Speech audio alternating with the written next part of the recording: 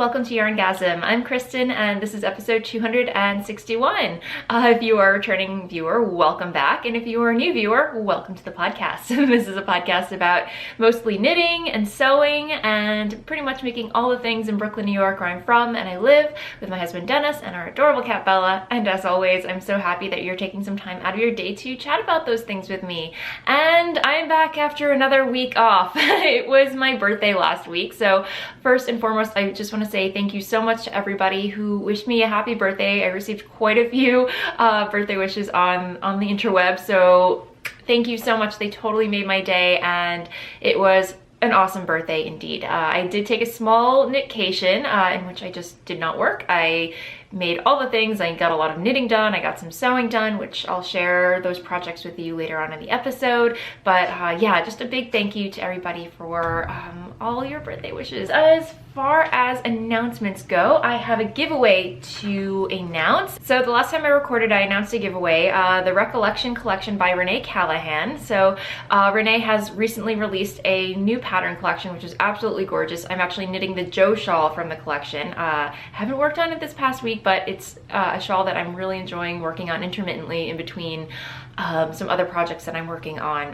But definitely go check out the Recollection Collection by Renee Callahan. And she has generously offered a giveaway for the collection to one of you lovely viewers. So thank you so much again, Renee. And I locked the thread, and the prompt was to let us know what project you've worked on that has had the most memories tied into it.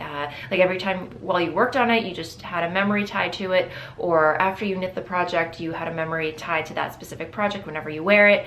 And there were so many wonderful responses in that thread. It just really heartwarming stuff, some really sad ones too. But thank you so much to everybody who participated. It was really nice to just go through there and read all of your responses. But I did draw a winner, and I used random.org to choose a winner at random. And the number was number 21, and that is my sister's knitter. So congrats, my sister's knitter. I think she's won one of my giveaways before in the past, like years ago. So anyway, it was really fun to see her name come up again. So hi, and congrats to you. And her response to the prompt was, hands down, my Cozy Memories blanket, which has been in the works for almost 4 years now. It brings the best memories for me because it's filled with yarns from very dear friends and special projects. So could not agree more. While I have to say my Cozy Memories blanket has kind of been getting the shaft lately, I definitely feel that way about my Cozy Memories blanket, and more so now my Granny Stripe blanket, which I have not worked on also for a while, but whenever I do pick it up, it has the same kind of sentiments attached to it. So anyway, congrats again. I will let Renee know that you are the winner, and she will hopefully get you your prize to you soon. Yay! The Edinburgh Yarn Festival is coming up quickly, you guys. I cannot believe it's next month. Believe it, but some planning has already been happening, so you know, just getting all my ducks in a row, figuring out where I'm going to be, what I'm going to be doing, who I'm going to be hanging with. So it's coming together, and I could not be more excited. So again, if you see me, please do come up and say hello. I'm excited to meet you guys if you are going to be there, so please come up and say hello. I will be at the podcaster meetup, let me see, on Friday and Saturday, so I will definitely be at the marketplace both days, so please do come up and say hello. It'd be so lovely to meet you. And I was planning on going to the Ceilidh, but I did find out that some friends of mine are going to be in Edinburgh for a very short while, and unfortunately, if I want to make sure that I get to spend time with them, I had to kind of bow out of the Ceilidh. I will be going to the Big Knit Night, which is on Thursday. I will be very jet lagged, hopefully not too bad, because I am flying overnight, so fingers crossed that I do get some sleep on the plane, even though I won't get any knitting done if that happens. But anyway, thinking out loud. But yes, I will be going to the Big Knit Night, so it'll be really awesome to see you there. And yes, the next day, marketplace, Saturday marketplace, and then I take off Sunday morning. So I'm literally gonna be in and out of Edinburgh, which is crazy to think about. But anyway, it's gonna be a lot of fun, and I cannot wait. Okay, so enough Edinburgh talk. So quick little administrati before I get into the nitty-gritty of the episode. Just if you would like to get in touch with me, I know I forget to mention this every episode because it's information, and I put all this stuff in the down bar in the description box if you're watching on YouTube, and on Ravelry and wherever. If you would like to get in touch with me, the best way to do that is to email me. And my email address is contact@voolenvineyarns.com. Pop it in the down bar. But yes, if you try emailing me or messaging me on any other avenue, such as Instagram, DM, Ravelry, or what have you, chances are I'm not going to see them, and I really don't want to miss your messages. So I kindly ask that if you really need to get in touch with me, please email me. However, I will say the quickest way to get, if you have a question regarding, I don't know, the podcast or whatever, you can also try posting about it in the YarnGasm Ravelry group, which is an awesome place to be if you haven't joined already. It's a place to chat about the episode and this episode and previous episodes, find show notes and links to show notes, and just get general help, because it's such a lively group and everyone's participating in the knit-alongs that we're doing, Box of Socks, the Year of the Garment. So hop on over there, and if I can't answer you immediately, surely there will be somebody in one of those threads to help you out. So just want to mention that really quickly. And okay, so I think that is it. Let's get into what's off my needles. Okay, so I've been bitten by the design bug, and I've been wanting to come out with a new design since my Half Moon Oracle shawl and my Oracle shawl, which were huge successes. So I just want to say thank you to everybody who purchased those patterns. But since then, I've just been kind of waiting for inspiration to strike and design something new. And during my knitcation, when I took off for my birthday, I kind of wanted to challenge myself to design something out of one skein of yarn. So I had a skein of Blacker yarns, 50-gram ball, one color of it, and I was like, surely I can design something around this. So you know how much I love a challenge, you guys. So turns out I did not have enough yardage with that yarn, so I went stash diving and pulled out some of my hand-dyed yarn and came up with a mitten pattern. And these knit up super quickly, and I'm so happy with the way they turned out. But I designed a pair of fingerless mittens, and guys, I'm so happy with these. I was just, you know, while I mean, let me see. These are, what do I want to say about these? Well, they're fingerless mittens. I designed them. They are called the Something Wicked fingerless mitts, and I guess you can see why I called them that. They have almost a very kind of witchy little appeal to them.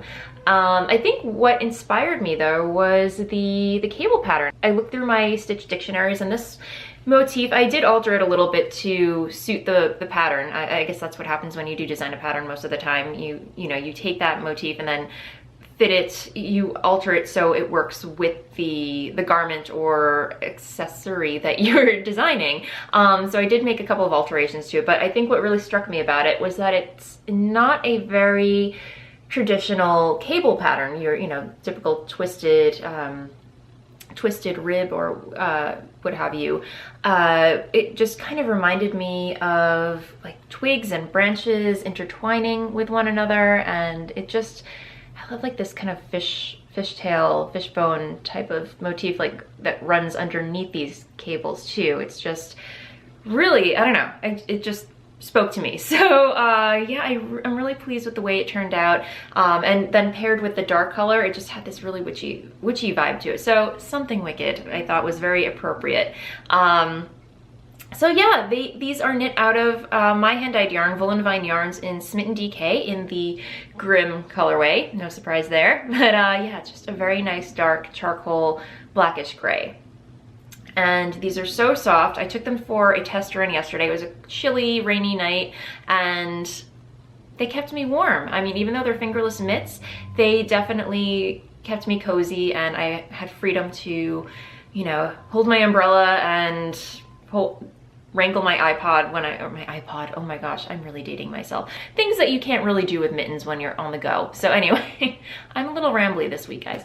But yeah, I'm very pleased with these. These are currently in test mode, so I have some test knitters working on these, and hopefully, because they are super quick and simple to whip up, I'm hoping to publish these within a few weeks. So stay tuned for that. Keep an eye on my Instagram feed, on my newsletter, subscribe to that if you want, and you know, I will let you know as soon as they're out. So yay, fingerless mitts. Yeah, so 100 gram skein of yarn. This only used about 40 grams. So very little yarn. I'm hoping to come out maybe with a matching hat pattern soon. We'll see. Was not expecting to have these. It's amazing when you have some downtime and inspiration strikes, you can just jump on it.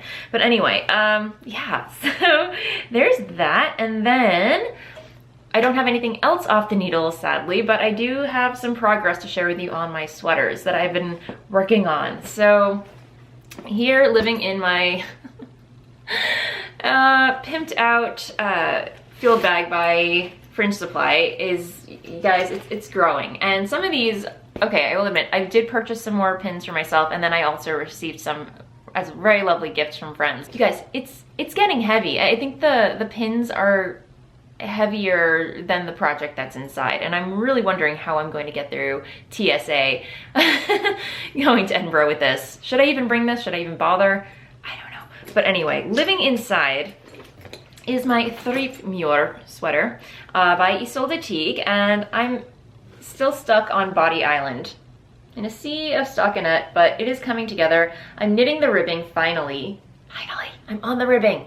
And then I'm hopping over to Sleeve Island right after. So hoping to have this done for Edinburgh. I want this to be one of my sweaters that I wear to the marketplace. So especially so I can just show Isolde, I'm like, look, I made it. So yeah, anyway, here's where I am on that. And I'm using Jameson Spindrift, Jameson and Smith and Jameson and Spindrift fingering, 2-ply fingering weight yarn.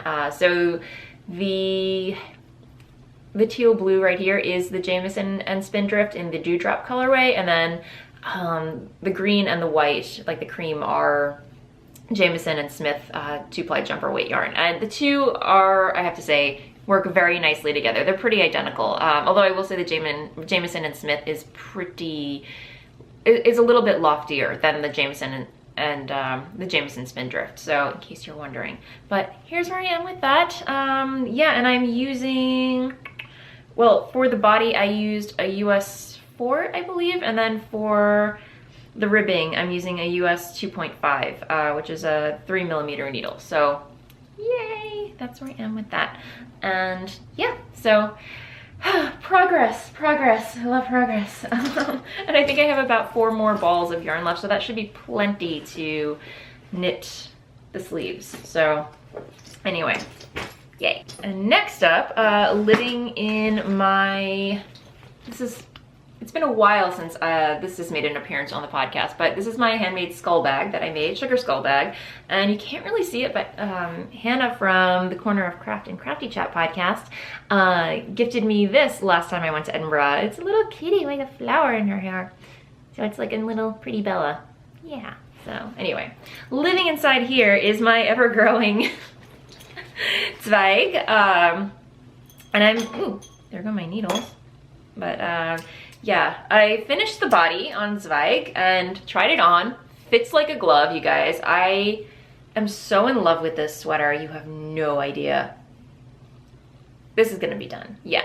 But I'm currently on Sleeve Island, and you guys, I can't say enough about this pattern. I am loving it. I will say that the cabling, the little X cable texture on the body, slowed me down a bit. I wasn't too much of a fan of going through there. I just kind of wanted to, you know, power through and get through the body, but I will say it is totally worth it. It adds this really nice effect to it. And yeah, it's just such a different, it's just like a different feel to any sweater that I've ever knit before or seen, you know? So highly recommend this pattern. And yeah, I'm on Sleeve Island, but it's going super quick. And as you can see, I'm using DPNs. I find using DPNs for sleeves a lot easier than magic loop. And it's weird, I don't know, because when I knit socks, I am a total magic loop fanatic. Generally, I just swear by magic loop. But when it comes to sleeves, I feel like you're constantly twisting, and I don't want to have to worry about, you know, pulling out cables and readjusting myself, because I'd rather just fly through. And these double pointed needles are definitely helping me out. And these, I actually purchased these on Amazon. These are White Lotus. I've never heard of them, but they're super cheap DPNs that I just purchased on Amazon for $7. I kid you not, a whole set. I got 11 sets of these, and they're really short. I believe they're 4 inches long. So really awesome for knitting sleeves, and yeah, they do the job. And the only reason I purchased these on a whim is because while I was knitting my mittens, I needed to borrow my carbons to knit these. So anyway, and I don't have many DPNs to begin with. So I figured, you know, all right, let me just buy a cheap pair that I can just go to and not have to worry about investing in like a whole kit or whatever that, and you know, whatever. But anyway, you know where I was going with that. So really enjoying these, and I have my little kitty hanging out with me. I tried it on. I will say the neckline, once it blocks out, it's gonna be fine, but the neckline is a little bunchy, but this is gonna grow so much. I can't wait. I can't wait to be able to wear this because I just love the way it looks on me. It has a great fit. Granted, I have not blocked it yet, so we all know that superwash merino stretches ever so slightly, or significantly after you block it, so we'll see how it looks, but I have a really good feeling that this is gonna turn out really well. So, I just texted myself. But anyway, yeah, and the yarn is Voolenvine Yarns, my hand-dyed yarn, in the Nouveau base, which is a single ply superwash merino in the Voolenvine number 9 colorway, and then the solstice colorway. So yeah, and that's pretty much all I have to say about this. Yeah, I've just been working pretty monogamously on both sweaters, so, but this has been getting a lot of love, so very, very happy about that. I'm gonna move along into stash acquisitions because, as I mentioned, this is Year of the Garment, which is a casual knit along that I'm hosting, in which I'm just going to knit as many garments as I possibly can in 2018. So my goal is to knit at least 4 garments, 4 sweaters, jumpers, cardigans, what have you. However, if more happen, great, I'm all excited about that. And because I'm on such a sweater kick, I think it's time. Dennis has been asking me for a sweater for the longest time, so I figure while I've got my sweater mojo going, I'll knit him a sweater. So I settled on, I was doing a little research, and I have to say there aren't very many sweaters out there for men. I mean, there are, but the selection is not as plentiful as there are for women, which is kind of why I'm glad Rib came around, because yeah, we need more variety for men, I think, when it comes to garment knitting and the like. So, but I did stumble on this one pattern by Diana Walla, who is a new to me podcaster, thanks to Ellie of the Scan Your Knits podcast. She introduced me to Diana's YouTube channel, which she doesn't have very many videos on there yet, but I believe her name is Tiger Paper Crafts. I will post links to her information below, but really informative videos what she has out so far. But she mainly specializes in Norwegian knitting, color work, and Norwegian wool. And she actually has a pattern out. She has quite a few, but this one really caught my eye. As far the model is a woman, but you can definitely appropriate it to a male figure. So it's called, and forgive me if I butcher this, but yeah, you know it's coming, Skogafjell, which is a really beautiful colorwork pullover with trees. I'll insert a photo of it here. And the yarn that she used is Letlopi, an Icelandic yarn, and I have never knit with this before, but the Woolly Thistle had it in stock, and I picked up a couple skeins. So I bought the yarn for it, and here are the colors that I'm going to be using to knit the Skogafjell. So this is gonna be the main body. These are gonna be the trees in the middle, and then this is gonna be the neckline. So I got the yarn, and as I mentioned, Letlopi is new to me yarn. It's not very next to skin. It's not the softest yarn. It's very rustic. However, this is I believe it's Aran weight, or I believe it's Aran weight yarn. Yeah, it's Aran weight. And I did swatch. I was very good. I did swatch because I really wanted to cast on, but I'm trying to finish up my other sweaters before I cast this on. But at the same time, I don't want the weather, I still want him to be able to wear it. And because it's such, you know, a heavy yarn, or a thick yarn, I feel like I could knit it up fairly quickly. But I did swatch, and here is what it looks like. I did get gauge too, and it has this really, really beautiful halo. I don't know if you can see it, but it just has like a really lovely halo to it, and it does soften up a little bit. It's a little itchy. You might have to wear a sweater underneath it, but yeah. And because the sweater is knit in the round, I knit my swatch in the round because most of the time when you're knitting, your tension when you're knitting differs from your tension when you're purling. So to get the most accurate gauge of what your garment is actually going to knit up as, it's best to knit it in the round so you know exactly what your gauge is going to be when you knit that sweater in the round. So, you know, the more you know. Yeah, so anyway, yay! So that is it for enhancements. I'm gonna move along to sewing because I have quite a bit of sewing to share with you this week. Yeah, on my knitcation, I got quite a bit of sewing done. I'm only gonna share with you the dress that one of the dresses that I made, and this is my birthday dress that I'm currently wearing. The other dress was a lady skater dress. I took a couple of photos of it, so I'll try and insert a photo of it here, but I will talk more about that one on the next episode. But very happy with the way that one turned out as well. But today I am wearing the dress I sewed for my birthday. It is, what are my show notes?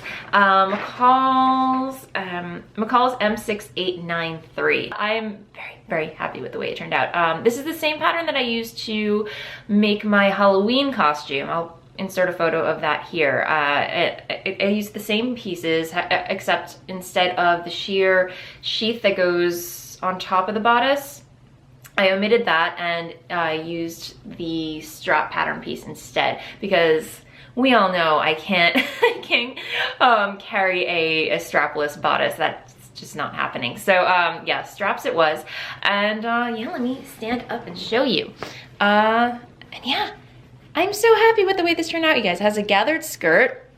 It goes down to my knees, so like it falls right above my kneecap, so perfect length. Princess seams, so it comes down like that. The seams come down like that, and then there's one line of boning on the side and on the side as well, so it kind of holds it up. Yeah, so very structured dress. Has a lining, and I did some understitching, so I finally nailed understitching, I think. So understitching is when you stitch along the edge of the lining to help pull that lining back so it doesn't peek out over the top of your main fabric on the outside. So very useful technique if you can get that down. It took me a while to finally get the gist of it, but I think with this dress I nailed it. The straps I will have to go back and adjust because they were way too long, I think by 4 inches.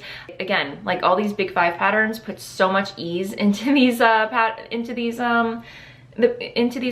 that you know, it's a little crazy. But I'm wondering if I can actually cut the strap and insert adjustable like bra strap slides. So I might look into doing that because that would come in handy so well instead of me just kind of like eyeballing where I have to. Anyway, I hate measuring. I don't know if you can tell. When I cut out the fabric, I made sure that the print was center. However, this part kind of overlaps a little bit and didn't jive as well, but honestly the pattern's so busy. It's just such a busy pattern that I don't think it gets a little lost. But anyway, but I love the way it turned out. I've definitely been getting a lot of use out of it.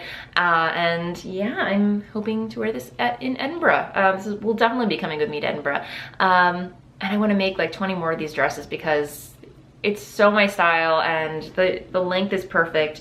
I did, well, with the hem, when it comes to hems, I'm so incredibly lazy. I literally just serge the edges and then fold them over and then stitch it down. So super easy. Honestly, it's not like it's an everyday dress that I'm just going to be chucking on and feeling pretty in, so I'm not really going to put too much effort into the hem unless, you know, I could see if it was like for an event or something special, then yeah, I would put a little more effort into the details and everything. But honestly, this dress is just so fun to whip up. It took me the whole day, I will say. The pattern pieces were all cut out and everything, but it did take me the whole day to put together. But I had fun. I had a lot of fun putting it together, sewing it up, and the whole process just was great. So, yeah, I'm trying to think what else. I did do a small bust adjustment on this, not even a small bust adjustment, but there's a technique where the pivot method where you take the bust size down a size or a cup. So I think Professor Pincushion has a really good tutorial for that. I will link to that in the show notes as well. But it really helped the bust the bust size, because the finished garment measurement of the original pattern would be a 33 and I'm a 32, so that definitely helped.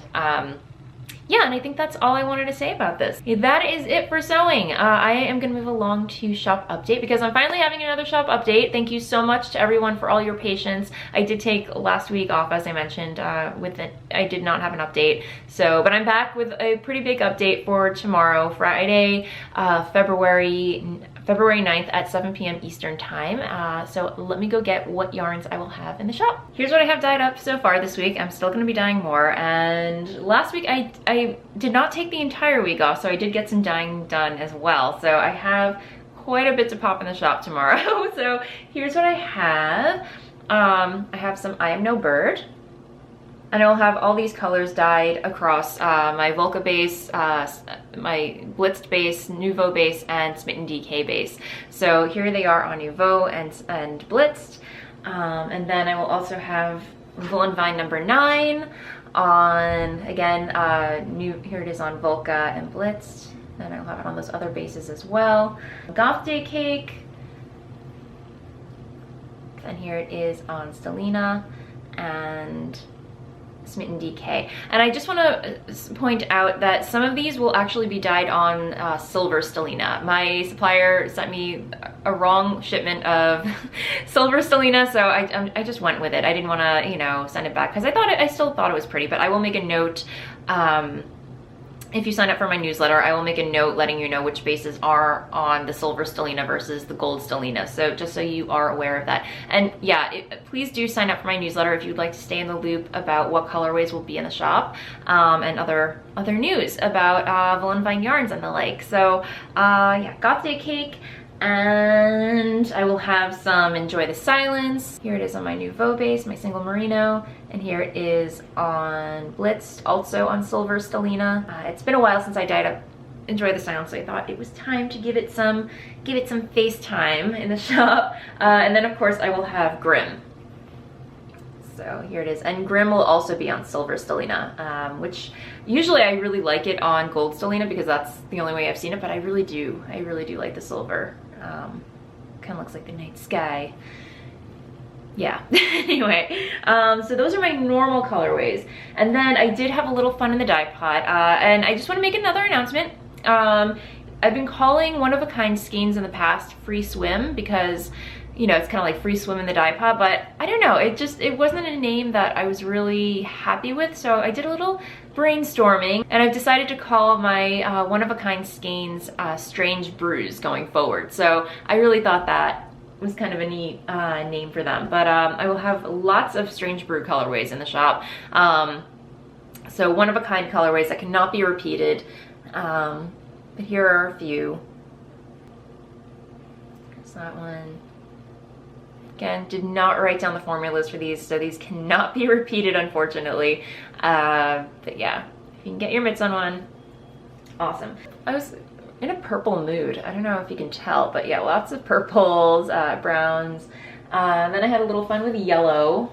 I don't know if that's reading very well on the camera. It's gonna blend. There we go.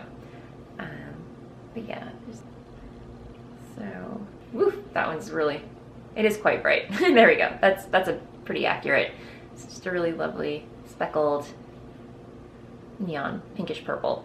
Okay, so yeah, there's plenty more where that came from. So look out for those in the shop. Again, my shop update will be tomorrow at Voolenvine, on my website, voolenvineyarns.com at 7 p.m. Eastern time, February 9th. Hope you can make it. And yeah, so anyway, that said, I am gonna move along to Blather, which is a segment where I chat about what's been happening in my life, should you care to stick around. But if not, I will see you next week, and happy knitting. But yeah, okay, now that I have all this yarn on my lap, I don't know what to do with myself. So let me just tidy up a little bit. Okay, so as far as what else has been going on in my life, as I've mentioned for the 100th time on this episode, last week was my birthday. You're probably tired of me talking about it. I'm tired of hearing myself talk about it, but anyway, yeah. that's what happened. And Dennis actually threw me a surprise party, which I was totally not expecting. Some friends of ours were coming into town to meet up with us for dinner, and I was just, you know, asking Dennis, I'm like, you know, where should we go to eat? You know, do we have a place in mind? And he's like, you know, no, they're, you know, Jackie's gonna pick the place. And I was like, well, you know, they don't live in the city, so maybe we should just have a backup plan. Anyway, he just kind of, you know, used the fact that she's pregnant, that, you know, if she's gonna pick the place, she wants to go to a specific place. I'm like, okay. So yeah, thankfully they had that going for them. Otherwise I would have just pried the heck out of him until we found a backup place or whatever. But anyway, they showed up, they picked us up, and then we end up going to this beer hall, which we've been to before. They have really good bratwurst and German food. It's a pretty awesome place. So they seat us, and then they seat us at one of these long communal tables. And then before I sit down, I noticed that our neighbors next door are sitting on the table, at the table, and I was like, oh, hey guys, you know, funny running into you here. And then I look over to their left and I see my other friend sitting there, and I'm like, wow, this is really weird. Am I dreaming? Like, why are you here too? And then I look over to her left, and then I see some more of her. I'm like, okay, all right, I know what's happening now. So I put two and two together and figured out it was a surprise party for me. Not just for me, but for our friend's husband as well, because his birthday falls in January as well. I think his birthday is a few days before mine, so total surprise for both of us. He had friends sitting on the other side, so I'm sure the same thing was going on in his mind. But it was a really fun night, totally unexpected, and it's been a while since I've been properly surprised like that. So that was a lot of fun. Last weekend we drove out to meet up with Dennis's parents, my in-laws, for lunch. We actually met they're in Poughkeepsie, so we met halfway in a town called Cold Spring in New York. And Dennis and I had actually stopped off this one restaurant there on our way back from Rhinebeck, and it was at night, but there's something weird, not weird, but strangely appealing about Cold Spring. It's just like one of those towns where there's so much like lots of historical buildings and houses, and you kind of get like an eerie vibe. Like it could be a setting in a horror film or something, but there's something that I really like about that. And I was just like telling Dennis, like, I could see us moving here, and I don't know, but after lunch we went down like this main drag where they had all these antique shops, and you know, just, it was freezing out, but you know, it was just really fun to kind of bum around that area. And it's right off the Hudson, and the river was just frozen. There was like all this ice, and it was very eerie and majestic at the same time. But yeah, look up Cold Spring. It's a pretty interesting little town. Yeah, anyway, I could see myself moving there. Maybe, I don't know. But anyway, so that was a lot of fun. And then the rest of the weekend, we just kind of laid low. Dennis studied. He's got 2 more tests to take, 2 more. He's almost there. Hopefully, you know, he can just bang those out in the near future. But, you know, for the time being, he's just studying. And then tonight we are actually meeting up with my parents. They're coming into the city, so yeah, that should be a lot of fun. And then this weekend, yeah, we're gonna lay low. I'm hoping to get a lot of sewing done. As far as what we're watching, Dennis and I discovered, or Dennis's brother told us about this show called Documentary Now, and it has Fred Armiston and oh gosh, I can't remember his name. Bill Hader. Yeah, he was in Trainwreck with. All right, I'm gonna wrap things up here. So thank you so much for watching. And as always, you can find show notes for this episode and previous episodes over at www.yarngasmpodcast.com. And please join the YarnGasm Ravelry group on Ravelry. And yeah, it's definitely a really awesome place to be if you want to chat about the podcast and other things related to the podcast. Join our Box to Socks knit along, which is happening. My sock knitting mojo, you guys. It's not happening. But anyway, I'm so happy to see a lot of you are excited about the knit along, and I love seeing all your socks and your growing boxes. So yeah, that said, happy knitting, and I will see you next time. Bye.